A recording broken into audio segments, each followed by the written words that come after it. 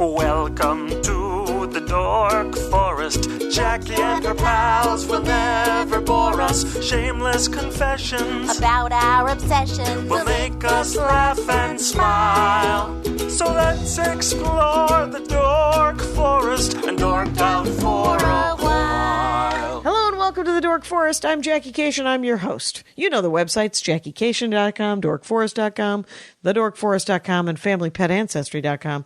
They all lead to a variety of places where you can listen to the Dork Forest. I'm Jackie Cation. I'm your host. It is November or December. In November and December, I ask that you do not donate to the Dork Forest. You instead find a local food bank and give them either the $10 to $100 that you were going to give the Dork Forest, because I know you were, because I have a PayPal button that you can start donating to again in January. But to find a local food bank in your neighborhood, you can go to feedingamerica.org and you can put in your zip code. If you do not live in the United States, you can put in the name of your town and the word food bank, and it will come up. You can do that here in the United States as well, oddly enough. The internet works like that everywhere, it turns out. So do that. Don't donate to the Dork Forest. If you want to support the Dork Forest still in these months, there are ways. You can get stuff for people for the holidays as trinkets, as gifts.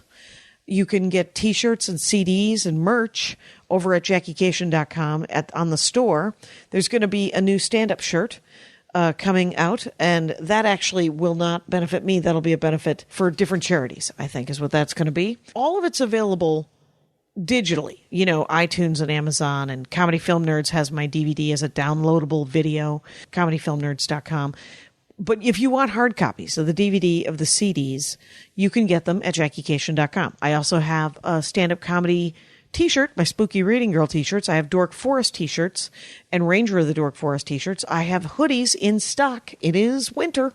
And so if you want a hooded sweatshirt, zip hoodie, I actually have all the sizes in stock. You can email me, Jackie@JackieCation.com, to make sure that they are still in stock at any time, of course. And I will tell you if they are, and if they aren't, it would be back order, and it might be a while. So know in your heart. Other than that, another way to support the show, if you, because you're not donating in November and December, is to continue to use the Amazon banner. On JackieCation.com and DorkForest.com, there is a link to support the show, and all it is it's a link through to Amazon. And you order normally, like you would from Amazon. The Dork Forest just gets a little bit of a kickback for your order. It doesn't cost you extra at all. You can see my calendar where I'm doing stand-up comedy. You can always follow me on Twitter, Snapchat, Instagram, Facebook. The Facebook page is JackieCation-Jokesmith. That's my fan page. If you have listened to all 600 and whatever episodes of the Dork Forest and would like more Dork Forest, there are premium episodes, probably a dozen of them. And they are, in the last couple of years, if I do a live episode, it usually costs me some money. So I have been putting them up on Bandcamp, and they cost money. They cost $2 a pop. But if you go to the dorkforest.bandcamp.com, you can see those different shows. They're usually live episodes around the world.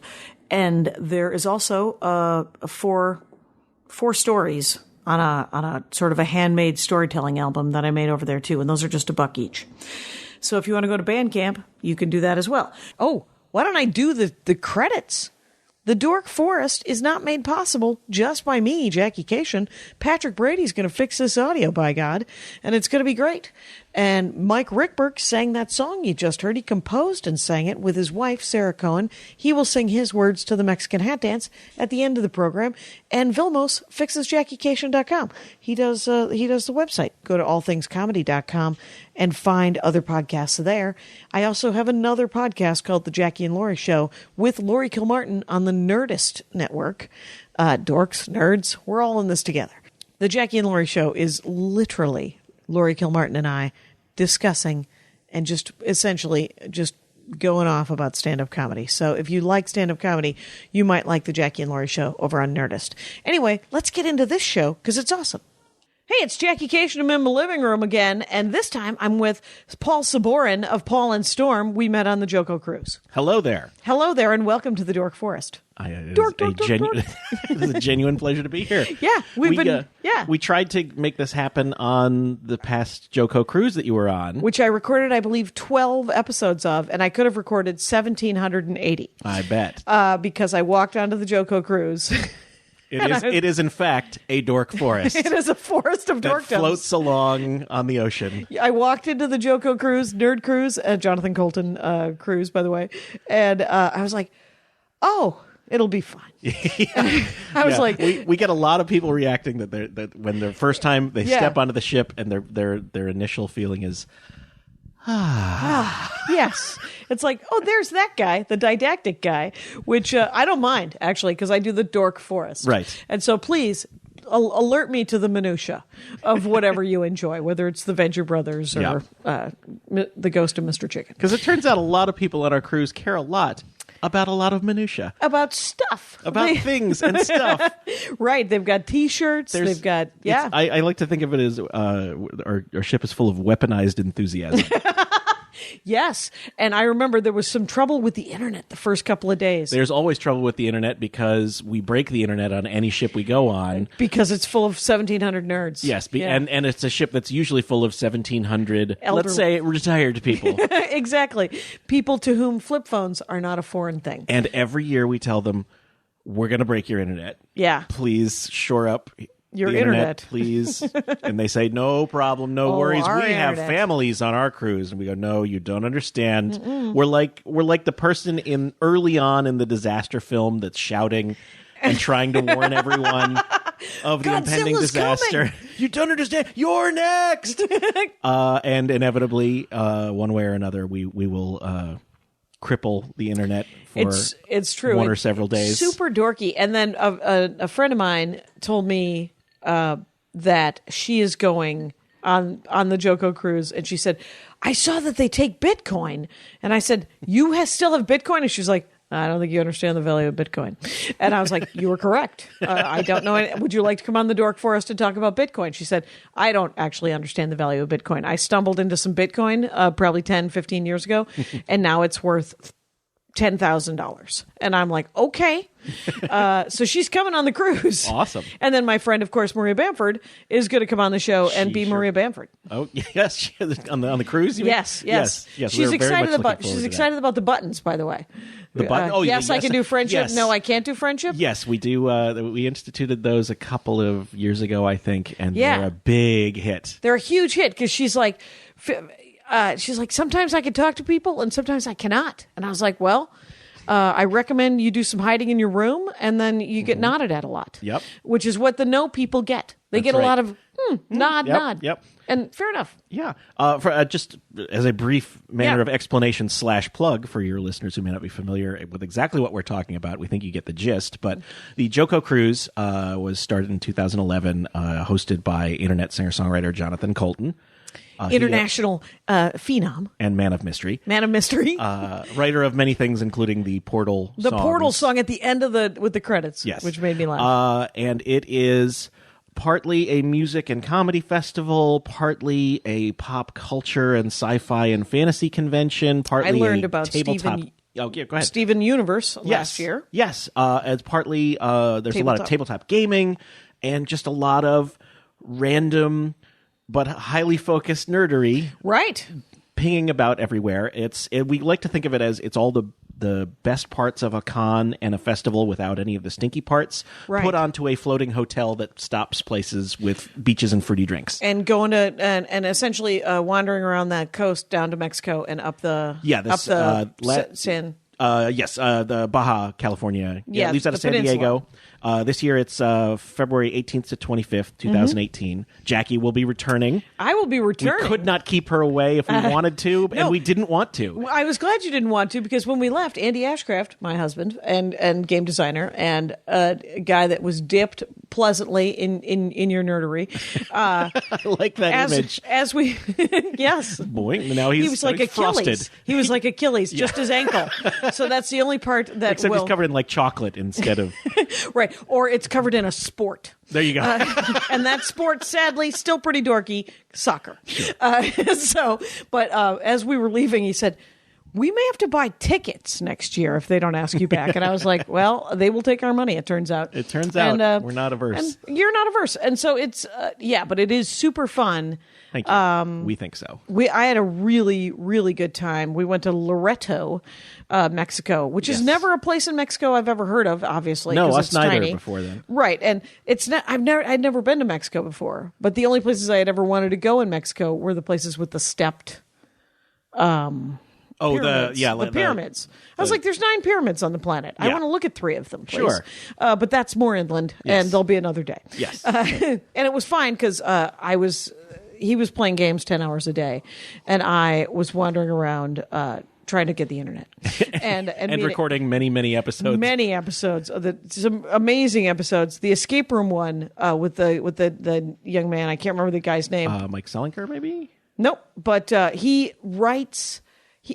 50 minutes in, by the way, we're going to get to your dorkdom eventually. And you'll get credit for this. I think 10 my minutes. dorkdom is. I didn't select it, but I probably should have selected my dorkdom as running cruises. Exactly, because you essentially run the Joko That is all I cruise. talk about and think about. I'm one of the 4 people, I should say. Yes. I don't want to overstate my role. No, you're one of the team one effort. of the 4 partners running the event. So, and by the way, Paul Sabourin is at Paul and Storm. You are part of a musical duo. Yes. With Mr. Storm. Yes. And Mr. Paul.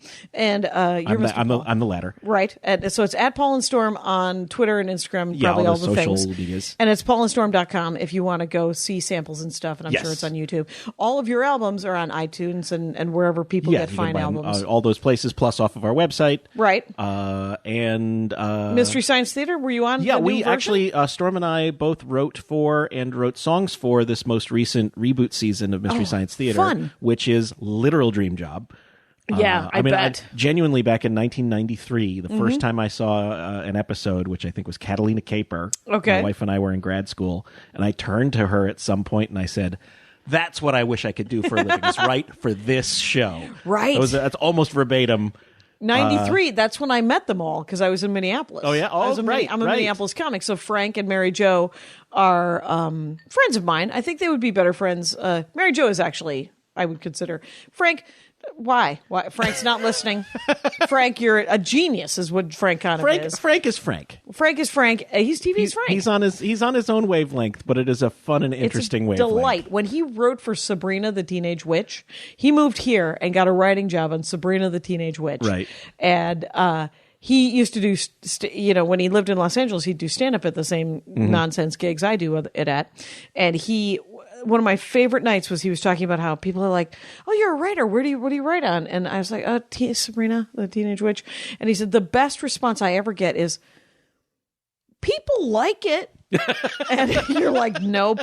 Nice try. Swing and a miss. Swing and a miss. So I've had most of Mystery Science Theater on the Dork Forest. I've had Joel, I've had Frank, and I've had Mary Jo. And Trace, I have not yet had. And Bill and Kevin. Bill and Kevin, I don't know. So, but I have. They're all great. That's I think part I've of had the joy Jonah of it. Ray on. Yeah. The new. Right. The new crew, and who knows who else I've had. Who knows what the future will hold. The future will hold. You can collect the whole set eventually, you guys, including my family members. But Paul Sabourin, what I have to say about is, first of all, you chose as a dorkdom something that I mixed up. I just had an episode with Scott Marvel Cassidy about indie music, and you're like, no, it's not indie, it's outsider. What is wherein lies the difference between outsider music? Is it's a vague term. Yes, and different people will define it different ways. Sure. The way I personally define it is music created by people outside of the regular music industry. Okay. And Step one. Step 2. Shiny haircut people could give a shit. Yes, exactly. Step 1. Exactly. No expensive suits. Right. Step 2, it has to be made by amateurs. Oh. Or is generally made by amateurs. Okay. Who do not make a living at it. Exactly. Got it. And it is done out of love of music and passion. Oh, okay. And it is sincere. Like there's a lot of it kind of can be conflated with bad music. There is intentionally bad music, much like there's sort of intentionally bad movies. Right. So it's not, you don't enjoy the kind of ironic outsider music. Right. You like sincere outsider music. Yes, I love music made by people who are not very good at it, but really, putting commit everything into it, committing Fair to enough. it. It's like what do you love about that? I love the passion and the sincerity of it, and I love someone not really caring what other people are going to think about it or about the results. About the results. Okay. I love the purity of that, I guess. There's such a naivete isn't the right word. There's certainly naivete to a lot of it. Right. But there is such a, I say the word again, sincerity to it that just this, I have to make this music. It's not my job. I'm not necessarily going to make any money out of it, although plenty of people will hope to be, that it's going to be their job and hope to make money out of it. But regardless of it, they have to get this music out of them, even if it is terrible, awful music. Well, which is hilarious because the thing is I think with music, as with stand-up or whatever, or with drawing, everyone starts out with that. You know, that this is my passion. It'd be great if I could do it for a living. Yep. And then you keep doing it even though you're not doing it for a living. Yep. It's like there's people... Etsy is chock full of people who who do crafting like that, and there's sort of, what about that moment when it's no longer outsider, where something hits? Yep. What about that? Is that still outsider? It sort of can be. There's very little of it that genuinely, quote unquote, hits like that. Although there are some examples. I have made some notes. The most recent, probably most famous current example of it is Florence Foster Jenkins, because there was just a recent movie starring Meryl Streep, Oscar nominated, who was a woman of means in the early 20th century. Florence Foster Jenkins. Florence, who fancied herself a singer at the time. It was opera songs and popular folk songs of the time, and she was a horrible singer. She has no good sense of pitch. I'm sorry to laugh, but the thing is you have to laugh at that point where you're just like, but you love the commitment. Yes. Okay. But she had the money and the time to be able to present concerts, including a very famous, I believe, series of concerts at Carnegie Hall. Wow. And people embraced her. A lot of it was, kind of a very early example of ironic appreciation of things. Or sort of a hipster-like appreciation of things, but it is kind of wrapped up... Hipsters of the 20s? Exactly. Excellent. But it is also kind of wrapped up in a sincere love of it. And somewhere I have a quote that I can't find on my computer at the moment. Sure. There's something along the lines of, they may say that I can't sing, but they can't say that I didn't sing. Wow. And it's... Yeah, you say like it that? again. Yeah. They can't say that... They may say that I can't sing, but they can't say that I didn't sing. And that actually kind of encapsulates what I love about this particular type of music. Yeah. It's, you know what? And that could be say anything. what you want, I'm doing this. Right.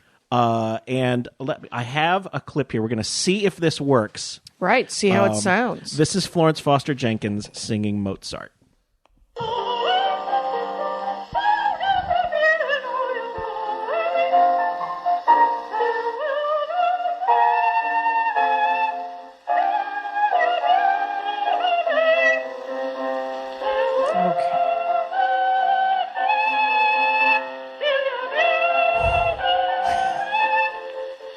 Yep, that's real. Yep, that's genuine and sincere. She's not putting on an act. And it's a mess. And she believes she is wonderful. Yeah. And there's something I really love about its kind of delusion. What year is that? This was from what years were it? She lived until 1944. I want to say that recording was probably in the teens or the 20s. Okay, I believe, when she was particularly popular. All right, because the thing is it's interesting that she recorded that. Yes, she was a lady who had a lot of money. Yeah. A husband who supported her in doing all of this. Sure, as long as Florence is happy, let's Let's put it indulge her. her that whims. is some disposable income, man. Then another example, going back to your question of what happens when something hits. Yeah. Probably the most prominent example of that is Tiny Tim. Oh, yeah. Just an oddball, unique, one-of-a-kind musical character. What did Tiny Tim do? He sang and danced songs. He sang songs mostly on ukulele. Okay. Most famous for "Tiptoe Through the Tulips" was his hugest hit. But he became for some reason somebody found his music. I don't know enough. This is a problem with my dorkdom. Is I'm not like a deep dive stats dorkdom. Oh no, person. it's a shallow. I'm a love. dilettante. I'm shy on all the facts. People will email me more information. Sure, of course. That's what the internet is for. That's right. Is for angrily worded corrections, or politely worded, or supportive. Actually, yes, very supportive. The textual version of pushing one's glasses up. Exactly. Yes. Which we both just did subconsciously in support. Yes, only in support. Solidarity. Okay. But I don't know if he was shopping his music around or if somebody just found him. Right. But somewhere along the way, a recording. A distributor or an A&R guy, something said there's something to this. Right. Whether or not he meant it ironically or thought it would catch on, he said, let's record this and put it out. It came out and it blew hit. up. It caught on for whatever reason. He became a fixture on things like The Tonight Show. He ended up actually having his wedding live on the Johnny Carson Tonight Show. I've seen that clip. Yes. Yeah. And he had a career Didn't for he marry someone decades. named like Squiggy or something? No, Tiny Tim and... Oh, I cannot remember who... It wasn't Squiggy. It wasn't was like from Squeaky Fromm, but it was some... It felt like Squeaky Fromm, but it was not. Yes. Okay. Because I wanted their names to both be interesting. So Tiny Tim... And he had a career kind of for decades. Yeah. And he always, there was a certain degree of camp appreciation of his thing. But he stuck with it and he did he did what he did. Yeah. Yeah, he did it, and some people liked it, and some people loathed it. Yes. If I remember from the 70s, yes. there was this backlash of, why is this guy on television? Mm-hmm. He's a disaster. And you're like, well, don't watch it. Yeah. It's as per usual, 27 years later. Exactly. I have a couple of, since the audio clip thing came through. This is from one of my categories of what I consider outsider music is the sincere inept amateur. Okay. There is another reasonably famous example of a woman named Mrs. Miller. Okay. I am looking for the clip that I have of her right now. Give me a moment. This was just this woman from Middle America who sang as a hobby. Yep. And I believe a radio DJ heard her performing somewhere and said, we have to record this lady. Wonderful. And she recorded several albums and had a brief period of appreciation for a few years. Chewbacca mask lady. What year is this? This is, I want to say late 50s, early 60s. Okay. Certainly that era. And she sang a lot of, in fact, this is definitely early 60s because she sang a lot of pop cover songs. Oh, okay. Including this cover of A Hard Day's Night. It's been a hard day's night, and I'm living like a dog. It's been a hard day's night. We can end this. There's 2 albums worth of that. There's 2 albums worth of her singing the wrong kind of music for her voice. Yes. Which is what that is. Yes. You do like this. I love Mrs. Miller. I unabashedly love Mrs. Miller. Do you own her albums? I don't own the albums, but I own MP3s. You got the MP3s of whatever's available. Yes. And another one of my absolute favorites of this genre is a gentleman named Shooby Taylor. Shooby Taylor. I love was born. I remember I was reading his Wikipedia entry this morning. He was born, I think, in Illinois or Indiana. Ended up living in Harlem. Okay. Wanted to be a musician. Was a fan of scat music. Okay. And what are we talking? We're 60s talking. He was doing this through sort of the 60s even into the 70s and 80s. I think just sort of on his own. Right. And according to story and legend. He always called himself Shooby Taylor, the Human Horn, and supposedly Dizzy Gillespie told him he could call himself that. Okay. Because that's a Dizzy Gillespie reference? No, I think he just met Dizzy Gillespie. Oh. And somewhere like Dizzy said... He was like, that's okay. The human horn. Or human he said, horn. Shuby Taylor, the human horn. And Dizzy said, yes, you are.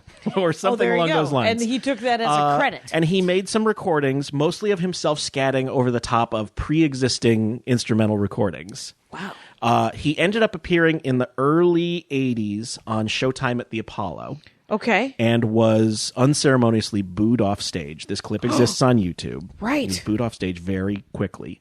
But his appearance came to the attention of a couple of people, one of them being a gentleman named Erwin Chuzet, who is a music historian, and he coined the term outsider music. Okay. And sort of a champion of, did he? of this, according to his Wikipedia entry. Right. And curated numerous collections of outsider music, among other things. Right. But he was a champion of the format. And he and this other person, I believe a record executive, right.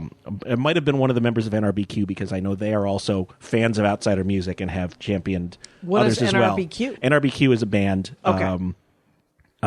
Just sort of a poppy rock guitar-ish band. Very jingle jangle rock kind of thing. Okay. Oh, nice. But several of them are also huge fans of this music, because a lot of this type of thing tends to circulate on tapes between musicians and recording studio employees and such, like people, because someone will just pay to come into a bootleggy. Yeah, very bootleggy, because someone will come into a recording studio, pay their money to record this stuff, on their own dime, and the engineer's like, wow, this is incredibly awful, and makes a copy for themselves and send it to their buddy, and it just in the old days. It's just like well, first of all, I love the commitment between the 20s through even the 80s. Yeah. Of the kind of tech.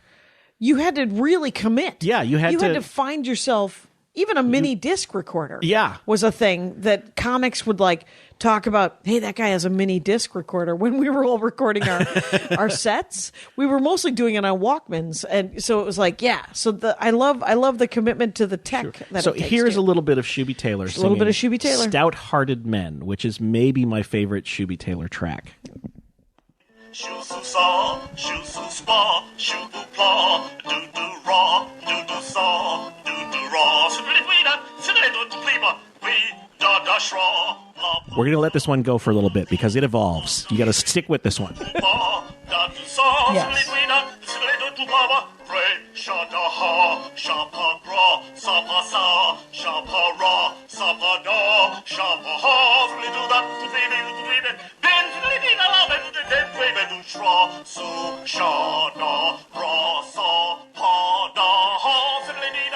Verse 2. Oh my God.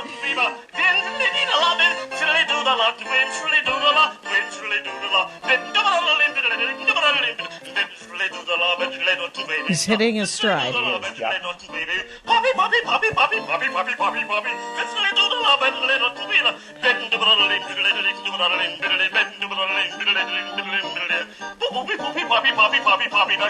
I should also mention the video that I'm playing this off of has this all transcribed on the screen while it's going by. Captioning.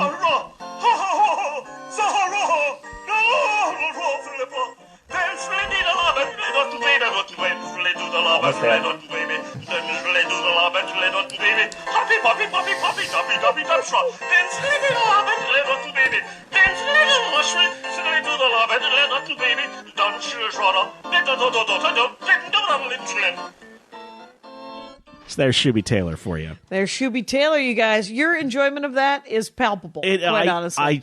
It gives me such joy every time I hear that song. And it's a thing, I don't begrudge people who don't like it. Right. But if you like it, I know that you can be my friend. You understand me if you enjoy that recording. Now, can you sing along with any of this? Have you just ripped the MP3s and do you play it in your car? It certainly ends up on a loop. I have various playlists. Yeah. When I'm not listening to podcasts in the car, and it comes up pretty regularly. It's a song I love to play for people. Like when I've met a person and we become friends and we start sharing. Test. It's a litmus test for friends once we've reached a certain point. Like, can you handle all of me? Right. If you can't handle me at my worst, you don't deserve me at my best. If this is your biggest secret, by the way, you're a gem. It's all working out for you. Yeah. Because, the thing is it reminds me, and I've told the story before, but I love to tell it, so I'm going to tell it again. I saw Mime. I saw Japanese Mime in Melbourne, Australia. 2 Japanese guys, silent. The first 15 minutes were essentially dad magic. Mm-hmm. It was a silent sort of like finding coins out of other people's noses, walking behind a couch, making it look like an escalator, and kind of that kind of thing, right? Mm-hmm. And then the last 45 minutes, it was an hour-long show, was them recreating sort of the main event or a Rocky-like situation. Okay. Where there was one guy was a shadow boxer, one guy was a boxer, and the other guy was his manager. And in the end, spoiler alert, if you ever see these 2 Japanese mimes from 15 years ago, he throws in the towel. And I remember sitting next to Marie Bamford and saying to her, "This is amazing, but what do you do with it?" And she looked at me and she said, "It's not broken." It is exactly what it is. It is what it is, yes. And you love it or you don't love it. That's very and it's zen. amazing. Yep. And she's right. She was like, because you look at like, and especially here in Los Angeles or New York, or you're in a place where the music industry or the entertainment industry is like, this is great. How can I monetize it? Or how can I do something with it? And you're like, you don't have to do anything with it. It's already doing it. It's doing exactly what it was meant to do, which was be there. And you can love it or hate it, but it's there. Yep. Here's another relatively quick example, a last example of this sort of sincere ineptness category of mine. Again, reasonably popular among people who like this kind of thing. Right. A band called the Shags, which was a trio of sisters. Sisters. Yes. Love it. Their father, who was some sort of doctor, I cannot remember what type. Podiatrist. Let's go. Let's say podiatrist. Yes. Was told when he was young by a palm reader that he would marry a strawberry blonde woman.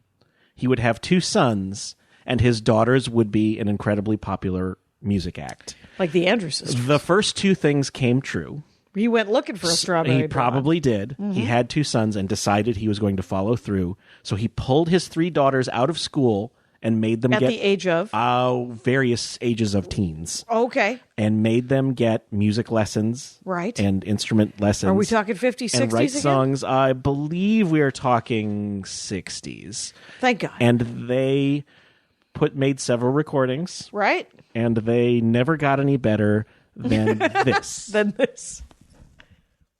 The Shags.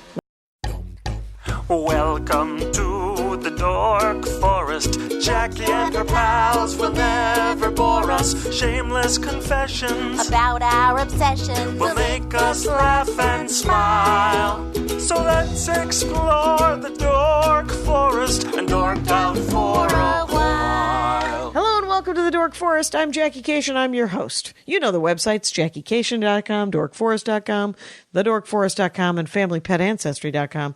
They all lead to a variety of places where you can listen to the Dork Forest. I'm Jackie Cation. I'm your host. It is November or December. In November and December, I ask that you do not donate to the Dork Forest. You instead find a local food bank and give them either the $10 to $100 that you were going to give the Dork Forest, because I know you were, because I have a PayPal button that you can start donating to again in January. But to find a local food bank in your neighborhood, you can go to feedingamerica.org and you can put in your zip code. If you do not live in the United States, you can put in the name of your town and the word food bank, and it will come up. You can do that here in the United States as well, oddly enough. The internet works like that everywhere, it turns out.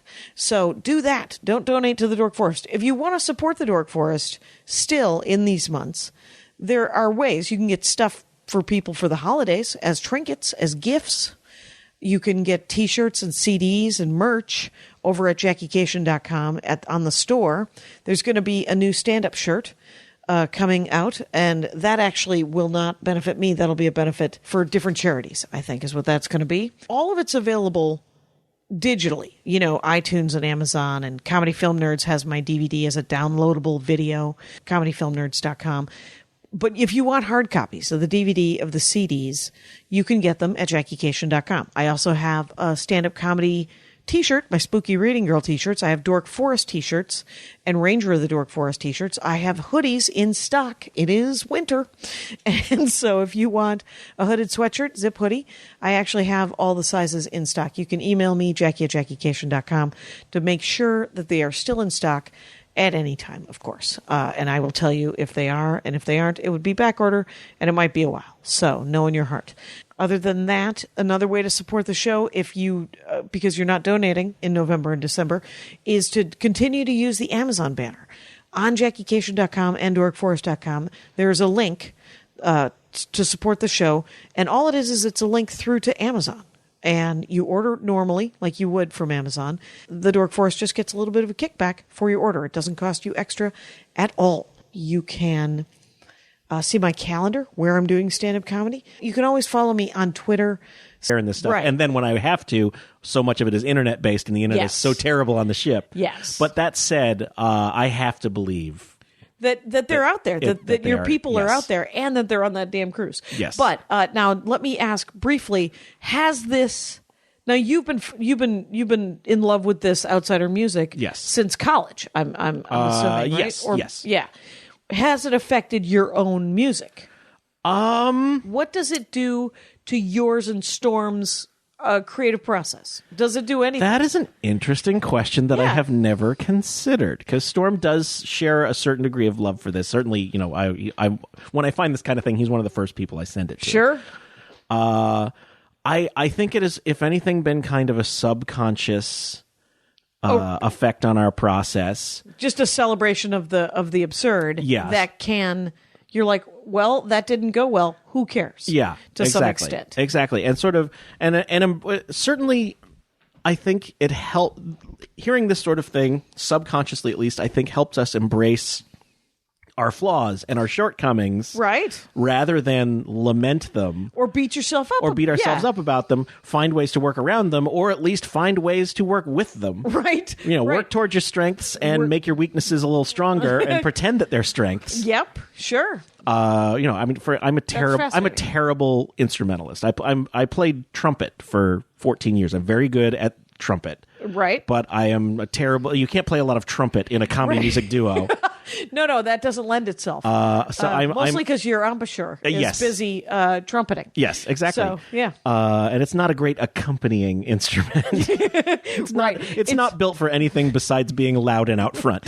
It is. Yeah, it is overpowering. Yeah. I played the trumpet myself. Oh, well, so you know. Not well. Okay. By the way, I was clarinet through grade school, junior high, and high school concert. And then when it was marching band time, I switched to trumpet because it was more fun. Okay, I was going to ask, was it we need more trumpets, hey, you go be a trumpet player, or was it I want to do something else in marching band? That happened in concert band with my clarinet to bass clarinet. There was no bass clarinet people, and they're like, you can have a free bass clarinet if you are willing to play bass clarinet. And I was like, I'll play bass You clarinet. had me at free. Exactly. It was like 1, 2, 3, 4, bump, bump. 1, 2, 3, 4, 2, 2, 3, 4, 32, 4, pop, pop, pop, pop. And then you'd look forward to it. You'd look forward to those measures, man. Sure. Were you in the marching band? I was in all the bands. All the bands? Marching band, concert band, jazz band. That was my. Well, that's thing. the hierarchy, right? Yeah. And in fact, that was my dorkdom for a very long time. Was jazz? Jazz band, not jazz music per se, but big band music, and specifically the more sort of orchestral stuff like Stan Kenton and Buddy Rich and Louis Bellson Orchestra and things like that.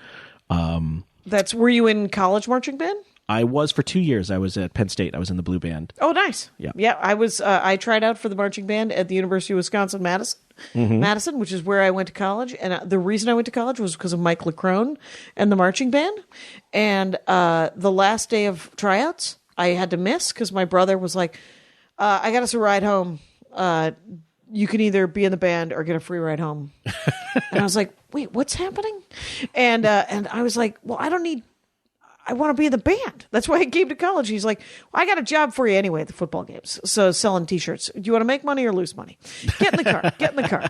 And so and the thing is it was not even a foregone conclusion that I would have made the band. Yeah. I learned how to read music when I was 16, and my sister noticed that I wasn't reading music, and she was like, "What are you doing? You're not reading music.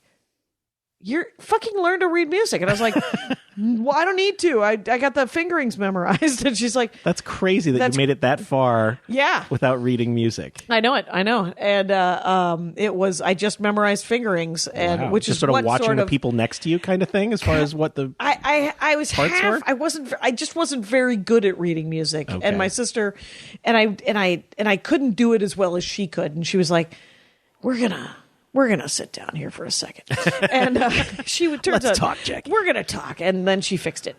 But so I love that there is this. You're right. Yes, and there are other categories of it. When you talk about things that are hit or have been more famous, another aspect, some people consider it outsider, some people don't, is celebrities doing music. Oh, like Shatner. Yeah, Shatner is easily the most famous example of that. And there is actually, what got me into this whole genre to begin with was there was a series of collections by Rhino Records called Golden Throats, which was just collections of celebrity vanity projects and or people sort of, let's jump on this trend and do this thing. There's Leonard Nimoy and William Shatner. There's a wonderful recording of Jack Webb from Dragnet. Oh, speaking "Try a Little Tenderness." Wow. Rather than singing it. Who sang Try a Little Tenderness? That was Otis Redding. Okay. That's sort of a famous soul record. And that is its own... It's almost a different category of love for me. I do love... but it's a little more ironic. It's a parallel. It's a more ironic appreciation, and it's sort of almost... Schadenfreude is maybe a little overstating it, but seeing the hubris of someone thinking, I'm good at this one thing, or I'm successful at this one thing... I'm going to go try this other thing because, of course, I can do that too. Right. It's when comedians paint. It's the Return of Bruno fallacy. I like to think of it as, which is Bruce Willis. Okay. After his first year, I believe, or second year of success on Moonlighting, got a record deal. That's right. And put out an album called The Return of Bruno. And it wasn't good. It wasn't even awful. That's the problem. Is it is just incredibly mediocre blues music. Right. It was, and it is the most vanity of vanity projects. They ended up making a 1-hour HBO special about it with a whole bunch of very well-known people. It's a fake documentary about this alleged blues legend, Bruno, and he was coming back to do this new concert, and they had these various talking head established musicians talking about how great Bruno was, and they have these fake photos that they're panning past, and then the second half of it is some songs from this concert that Bruce Willis did. So it was actually as Bruno. more vanity project. Yes, it absolutely was, and many of them were, and some of them were just executives saying hey, these psychedelic songs are a hit with the kids. Go sing Mr. Tambourine Man. Right. Wow. What was I'm spacing the name. Turn it up to 11. Spinal Tap. Spinal Tap. What would that is essentially. Spinal Tap is kind of pastiche. Okay. It is. What does that word mean in this case? It means it's not an outright parody of a specific thing. It is more a lampooning or a parody of a genre, I like to think of it as, or a musical type at least. Like a lot of the songs that we do, a lot of the songs Weird Al does are direct parodies. Right. The famous ones that, like Eat It and Fat and things like that.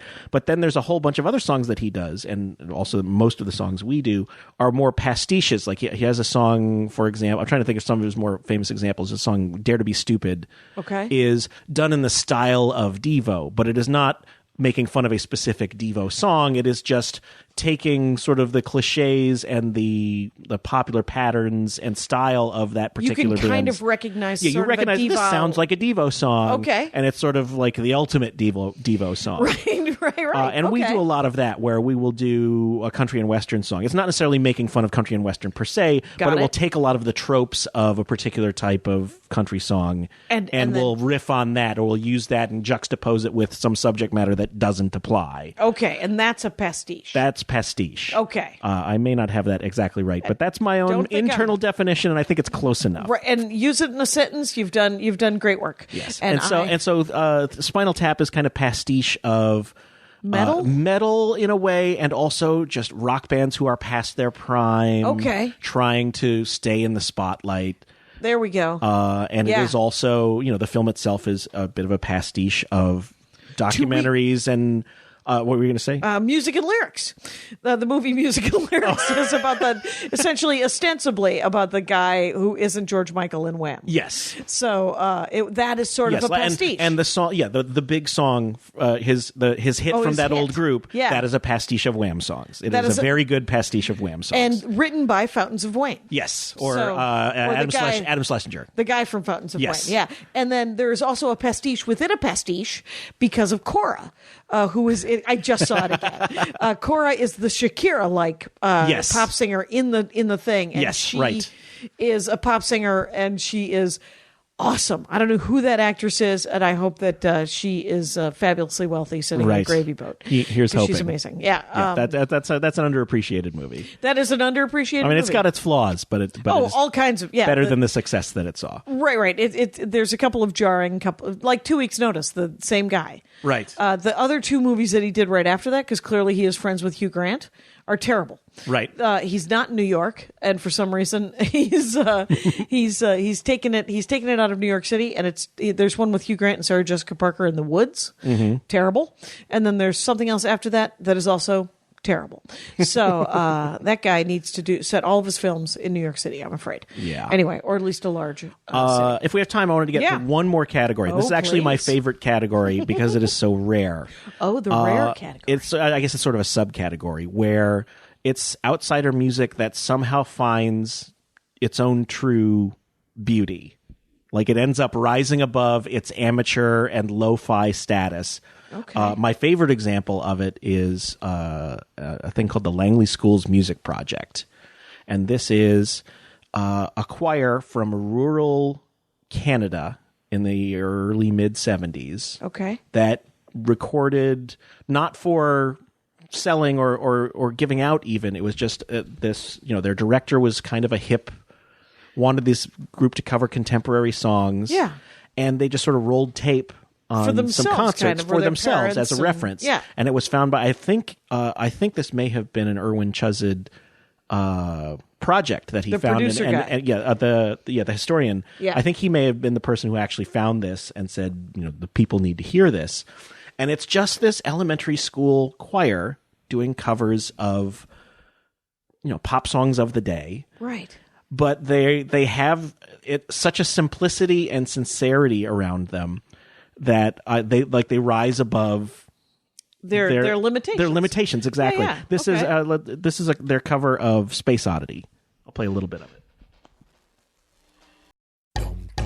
Welcome to the Dork Forest. Jackie and her pals will never bore us. Shameless confessions about our obsession will make us laugh and smile.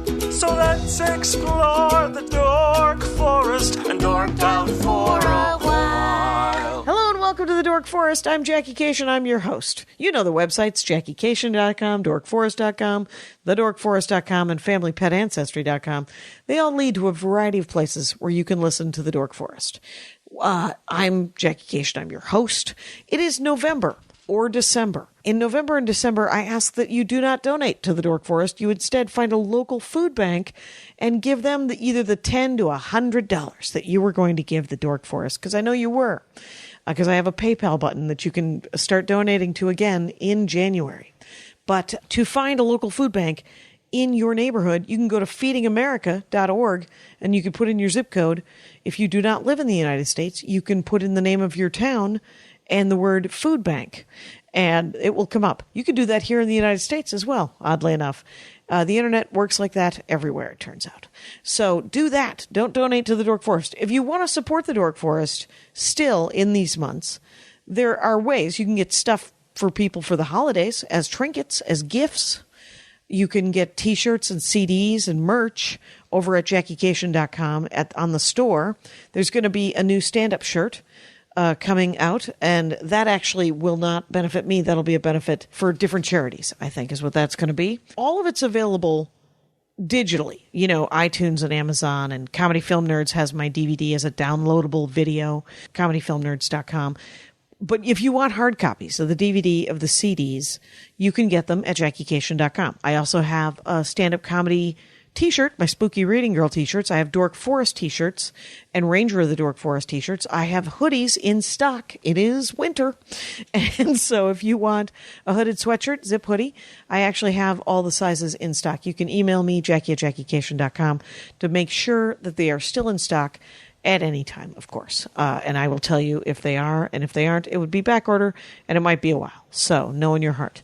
Other than that, another way to support the show, if you, because you're not donating in November and December, is to continue to use the Amazon banner.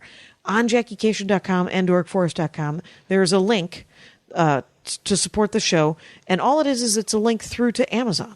And you order normally, like you would from Amazon. The Dork Forest just gets a little bit of a kickback for your order. It doesn't cost you extra at all. You can see my calendar where I'm doing stand-up comedy. You can always follow me on Twitter, Snapchat, Instagram, Facebook. The Facebook page is JackieCation-Jokesmith. That's my fan page. If you have listened to all 600 and whatever episodes of the Dork Forest and would like more Dork Forest, there are premium episodes, probably a dozen of them. And they are, in the last couple of years, if I do a live episode, it usually costs me some money. So I have been putting them up on Bandcamp, and they cost money. They cost $2 a pop. But if you go to the dorkforest.bandcamp.com, you can see those different shows. They're usually live episodes around the world. And there is also four stories on a sort of a handmade storytelling album that I made over there too, and those are just $1 each. So if you want to go to Bandcamp, you can do that as well. Oh, why don't I do the credits? The Dork Forest is not made possible just by me, Jackie Cation. Patrick Brady's going to fix this audio, by God, and it's going to be great. And Mike Rickberg sang that song you just heard. He composed and sang it with his wife, Sarah Cohen. He will sing his words to the Mexican Hat Dance at the end of the program. And Vilmos fixes JackieCation.com. He does the website. Go to allthingscomedy.com and find other podcasts there. I also have another podcast called The Jackie and Laurie Show with Laurie Kilmartin on the Nerdist Network. Dorks, nerds, we're all in this together. The Jackie and Laurie Show is literally Laurie Kilmartin and I discussing and just essentially just going off about stand-up comedy. So if you like stand-up comedy, you might like the Jackie and Laurie Show over on Nerdist. Anyway, let's get into this show because it's awesome. Hey, it's Jackie Cation. I'm in my living room again, and this time I'm with Paul Sabourin of Paul and Storm. We met on the Joko Cruise. Hello there. Hello there, and welcome to the Dork Forest. It was a genuine pleasure to be here. Yeah, we tried to make this happen on the past Joko Cruise that you were on, which I recorded, I believe, 12 episodes of, and I could have recorded 1,780. I bet, because I walked onto the Joko Cruise. It is in fact a dork forest. It is a forest of dorkdoms that floats along on the ocean. I walked into the Joko Cruise, Nerd Cruise, Jonathan Colton cruise, by the way, and I was like, "Oh, it'll be fine." I was like, we get a lot of people reacting that when the first time he's a phenomenal guitarist. Oh, actually. That's great. And he did a great job of sort of threading the needle of sounding kind of amateurish in a way, but also really anchoring these songs. And then they go and they record them with actual rock legends like Dave Grohl and put out actual rocking, great, fabulous music. Right. And them just going through these weird meta loops just blows my mind. That is actually where, because the thing is if you're willing to listen to the earnestness of the Florence Foster Johnsons, Jenkins, interesting, then you can't. The thing is you can learn. There's so much humanity to it that I love. Yeah. People are flawed and people are not great at most things. Do you know Karen Kilgariff?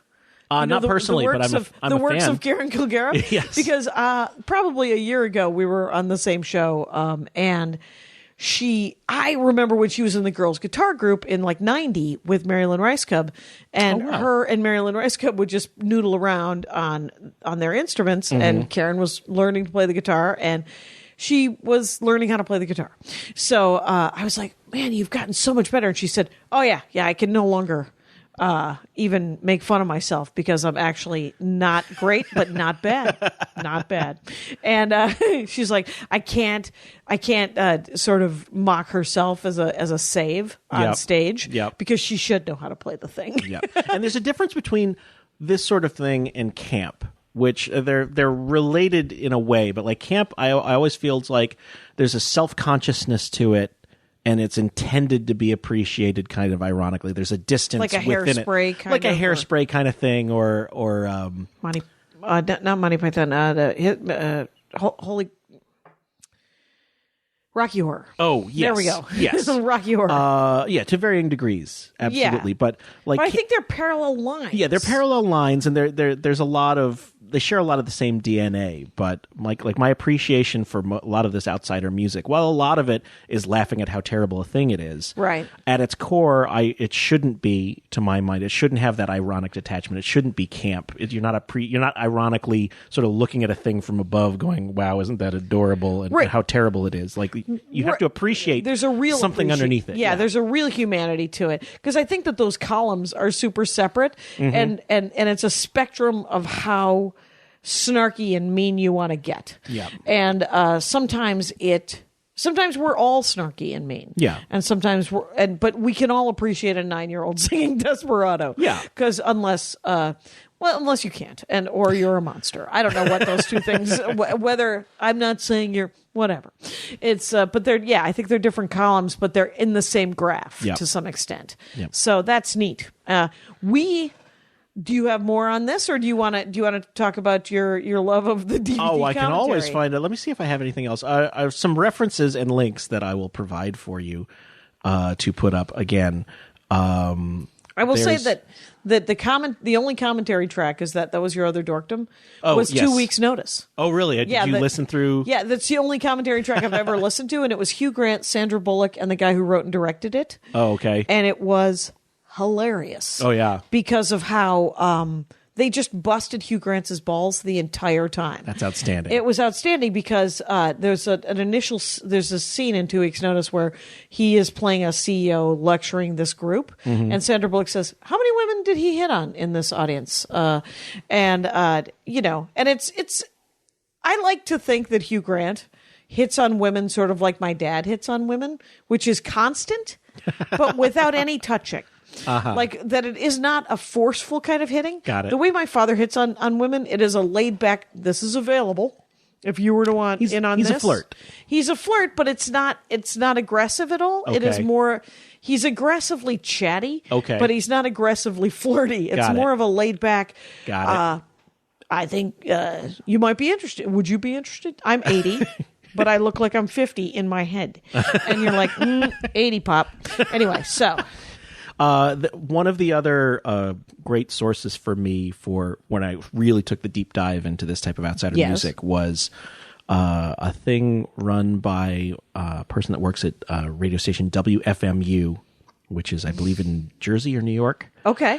It was called the 365 Days Project. Okay. Where this person and a bunch of contributors every day he'd post up a new recording of something. Sometimes it is incredibly terrible old children's recordings. Sometimes it's a recording. This is a whole other thing I could go into.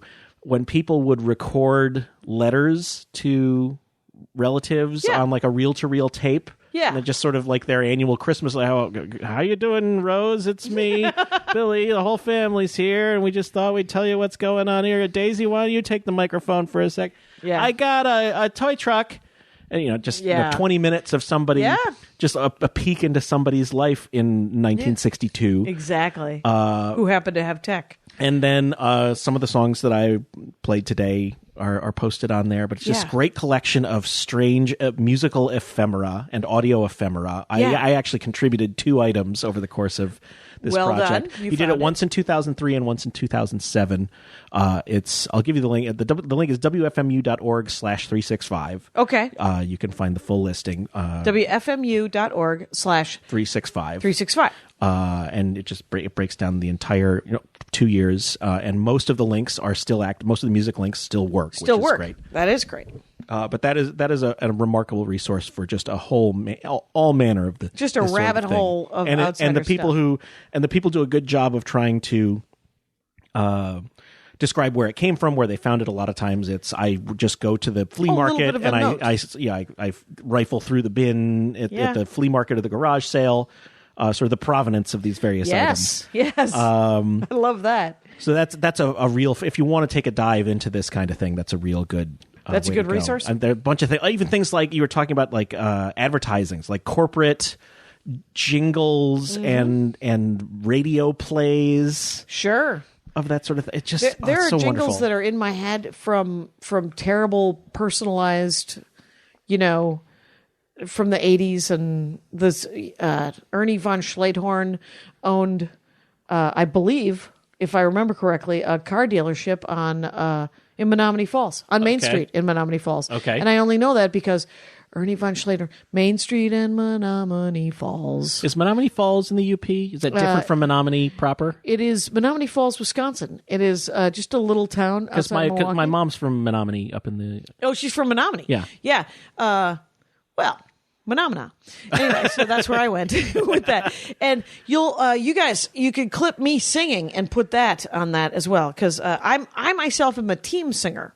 Okay. I like to sing in groups. Okay. And mostly Happy Birthday. Sure. And, but I do, I sing alone, like people do. Sure. And I like to sing. I used to host karaoke, and I was more of talk about a vanity project. Yeah, there you go. Yeah, there would be one. But what I love is the old tech, right? For me, a little bit of the appeal to this is the fact that you're like, why did you have a reel-to-reel recorder? Mm-hmm. Why did you have a tape recorder in 1935? Because you were an early adopter. You're like the guy that had the first iPhone. Exactly. You're that guy. Yep. Okay, you're Robert Hurt. Mm-hmm. Anyway, which is a friend of mine. You guys don't know him. Actually, you do, because he talked about his collection of toy spaceships. Aha. And he works at Jet Propulsion Labs. So, but remember Dogtown and Z-Boys, the documentary, not the fiction? Yes. Dogtown and Z-Boys, the documentary, was essentially about poor kids in Los Angeles in the early 70s who surfed. Mm-hmm. But because they were poor kids in Los Angeles in the 70s, all of their parents owned video recorders. They all owned movie things. So there's all this old footage of them surfing. Huh. And you're like, well, you weren't rich. And you lived in the shitty version, which is now very not crummy, version of Venice Beach. And so then we have this wonderful documentary of them being 12 and surfing. And I love that it's sort of like, it's like time capsule kind of stuff. Yeah, absolutely. Yeah. Absolutely. That's neat. Do we have the time? Do you want to talk about commentary tracks at all? Sure, let's do it. Let's give you that extra 10 minutes. Aren't you sweet? From the beginning when I talked. Oh, okay, great. I'll rush through this because just do a couple that you love. Yeah, sure. I'm a huge fan of commentary tracks for movies. When did they start? They started with the DVD, when when Laserdiscs came out, because Laserdiscs were the first medium where you could have a separate audio track concurrent with the main audio track of the movie. Match. So you could switch from one to the other, and they started becoming incredibly popular as DVDs came out and things became cheaper. Some of my favorite. As a general rule, my favorite commentary tracks are ones that actually you learn something either about the movie or the industry at the time or about the actual people involved. Yeah. Because there's a lot of terrible and boring commentary tracks, usually done by a director or a producer who is in the room alone. Because the best commentary tracks tend to be groups of people. Yeah. Under duress is a terrible way to do a commentary track. Some of the best commentary tracks... Kevin Smith movies. Love Kevin Smith or hate him. He always has very interesting commentary tracks. They are usually done with a whole group of people, as many of the actors as he can get in the room at the same time. And he is, if you're familiar with him and his shows at all, he is not afraid to talk about some of the dirt involved or some of the... He'll name names? Like he'll name names and talk about, conflicts he may have had with certain actors in the movie or with producers or what have you. And I find that sort of thing very interesting because so many commentary tracks are just love fests and, this person was so phenomenal and this person was great and everything was wonderful. And I like to hear about the things that went wrong. Right. That's certainly much more interesting. What is a Kevin Smith movie? I'm sure I know them. There's Dogma, Clerks, Mallrats. I love Dogma. Yes, Dogma is actually one of his best commentary tracks as well. Okay. He has many of the actors I never saw the other two. Yeah. Okay. They're a worthwhile watch. I'm sure. That's good, especially if nothing else as time capsules of that particular era in the 90s as independent filmmakers could actually break out like that. So that among those are good to listen to. The commentary tracks by John Carpenter and Kurt Russell in the movies they did together, specifically The Thing, Big Trouble in Little China, and Escape from New York. Oh, really? Big Trouble in Little China is one of Andy's favorite movies. The commentary track on that is mwah. I wonder if we have it with the commentary. The two of them have a really great chemistry. Okay. They both love talking, and they love talking to each other and giving each other a hard time. Okay. And you just get such a wonderful sense of their relationship, but also they say interesting and fun things about the making of the movie. Okay. Well worth watching. Plus the fact that all three of those movies are great. Especially The Thing, which still stands up as one of the best movies, if not, not just horror movies, but one of the best movies of the last several decades. I've only recently heard of it. It's very I've been good. living in a very small box. That's quite all right. We're going to open the box. And we're going to put you in a bigger box. Exactly. The Dork Forest is there's always a new room. The Lord of the Rings trilogy is a phenomenal. They have multiple commentary tracks. One is the director Peter Jackson and his writing and producing partners. Philip Boyens and the other one whose name I can't remember. Right. Then there's another whole track of him talking with the filmmakers, like the DP and the editor, the cinematographer, that group of people. Then there's another whole track that is a whole bunch of the different actors recorded either in pairs here and there or in a group or sometimes separately, but they do a phenomenal job of editing and putting in different people's tracks where they're relevant. And that whole when they sort of did the high end versions of the trilogy, like the extended editions, they really did up those commentary tracks and did a phenomenal job. They have any with Christopher Tolkien? Probably not. I don't believe so. No, he's a grump. So those are tremendous. This is Spinal Tap. Has a legendary commentary track done by those three guys in character. Oh my God. And it is hilarious. Oh my God, that is awesome. Then for television, The Simpsons. Okay. Their collections they have commentary tracks from the writers, pretty much from writers and producers. Excellent. Occasionally the voice actors. Occasionally Hank Azaria will pop in. Yeah, Hank Azaria or Yardley Smith or any of them are. Marsha Wallace. Marsha Wallace. Oh God, love her. Early episode of The Dork Forest, Marsha Wallace. Oh, that's awesome. Yeah. James L. Brooks and Matt Groening are all over them. And I for just about every episode, certainly for this, I have everything through, I think, season 10 or 11. Wow. And they're all very high quality. Oh, and great. Interesting. Conan O'Brien appears on a lot of them from during his era. Sense. Yep. And he's Conan. He's hilarious and Conan. interesting. Dana Gould? Is there... I'm sure he has to be around. But I think he was like year 16 or 14. That's when he started. You will notice a Dana Gould season of the Simpsons when more monkeys are in it. Oh, of course. He always introduces the Planet of the Apes. And absolutely. Monkeys. What was I going to say about that? I had a really good, interesting thing to say. The Simpsons? About the Simpsons commentary tracks, and I'm not remembering it. Oh, it's my favorite one of them. They show a clip they did an original pilot of the show who was directed by someone else. And they very strongly disagreed with the direction that this director was taking it in. And the director insisted, because he was experienced in animation, these people were not. The director insisted he knew what he was doing and that what he was doing was great.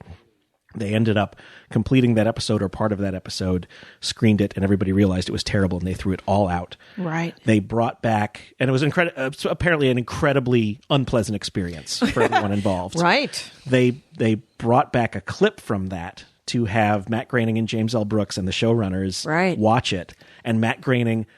I can't remember if it was Matt Groening or James L. Brooks, literally can't stay and watch it. About a minute or two in, he has to, I just can't. You hear him get up and walk out. He's complaining. You hear a door slam. He physically couldn't stay in the room to watch it. And it's it wasn't so upsetting. Staged, no, it was real. It was real. It was for real. He couldn't stomach it. This will not be happening. Yeah. And then finally, I would say maybe my favorite commentary tracks of all time for Mr. Show DVDs. Oh, there you go. They all just gather, pretty much all of them gather into a room. I think they would go over to Bob Odenkirk's house, sit around a television and watch every episode. And just riff. I mean, it's all these hilarious people, and they're telling interesting and funny stories about the production of the show, but they will also do things like there's a few really terrible clunker sketches, and they will make Paul F. Tompkins and Jay Johnston re-improvise new dialogue for the terrible sketch while it's going on. Which can't hurt. No. And they're just tremendous and almost funnier than the original show, certainly rivaling it. Fair. And as companion pieces, I think that they could be, that was what they were supposed to be. I think, exactly. Those commentary. My favorite, Maria has a DVD of her solo show in 2005 or 2006 in Melbourne, Australia. And it is called Plan B. That is the name of the solo show. And it is available as a DVD, I think, on Stand Up Records, on Amazon. And it is my favorite thing after, when I help her sell merch sometimes after the shows, I'm like, this is the item that you should get, because it is her solo show from 2005 and her parents doing the commentary track. Oh, that's so great. It is a goddamn delight. And you're like, Marilyn and Joel just saying, well, I don't know if this is what it's... well, no, it's whatever you need to do, honey. And I can't imagine my father doing that. I cannot imagine my parents even watching me do a stand-up for 45 minutes and then be willing to...